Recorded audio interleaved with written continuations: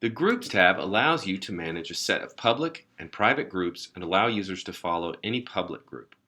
You can then send push notifications to specific group followers. So this is a powerful way to segment your audience and send targeted push messages. The default Groups tab displays public groups in alphabetical order. Tapping on a group takes the user to the group detail view. I'm going to follow this group and then go back to the Groups tab. Notice now I have a 1 next to the Personal subtab label right here. The Personal subtab shows all groups, whether public or private, that I am following. Speaking of private groups, they are a great way to share important, sensitive information because these groups are only displayed for members. Private groups are invitation only and membership is managed by admins. Notice under the gear icon, I have a 1 here under private groups. I've already set one up. When I tap on it, I get the list of my private groups. I can tap the one I want and manage its membership, again, under the gear icon, under users. You can manually enter users here by simply entering name and email, or you can search your user base with the search box, or you can import users using a CSV file upload, which you can export from Excel. Now let's go back to our group and add a description. Let's add a description to our Ultimate Frisbee group. This is done in the same way as adding a header to any tab or managing a Flex tab. You just tap Add Edit Description up here and assemble your Flex items into a compelling description. Now I'm going to add an image from my library.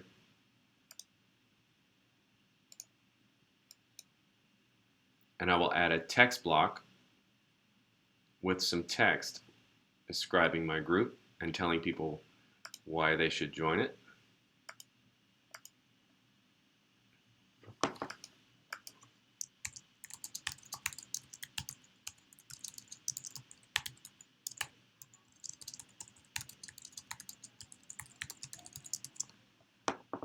Okay, save that. Now click back, and now I've got my description. One thing to note here is that as users hit follow, the description collapses because we assume they've gotten what they need from the description, but they can also expand it anytime they want. Now you'll notice here there are 3 gear icons in the group details view. Here, here, and here. We've already seen we can manage group settings up here. We can manage the settings, the description, and the users. But each group can also share a calendar. So under events, we can add events, or we can add event feeds, such as a Google Calendar sync. You can also share news with your group using the Add News option, or you can link a news feed like an Instagram feed or Twitter feed. And finally, you can add comments to the comment box. I'm seeing these gear icons, by the way, because I'm an admin. Regular users will not see these options at all, including this comment box. Now, the comment box allows you to send a quick personal message to all your group members. Note that it comes from me personally. That's me. Alternatively, you can use the Add News option here to create more formal news that comes from the group. Speaking of comments, under your group settings, you have the ability here under group settings to open up commenting to all group members under settings. Right now, the default setting is permission only, but you can open it up to everyone.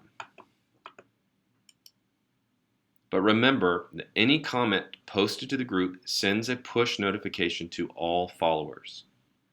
Finally, if we go back to the Groups tab, the Public sub-tab, you notice that the groups are listed in alphabetical order. This is the default. You do have the ability to override this by going into Tab Settings and selecting Manage Group List manually.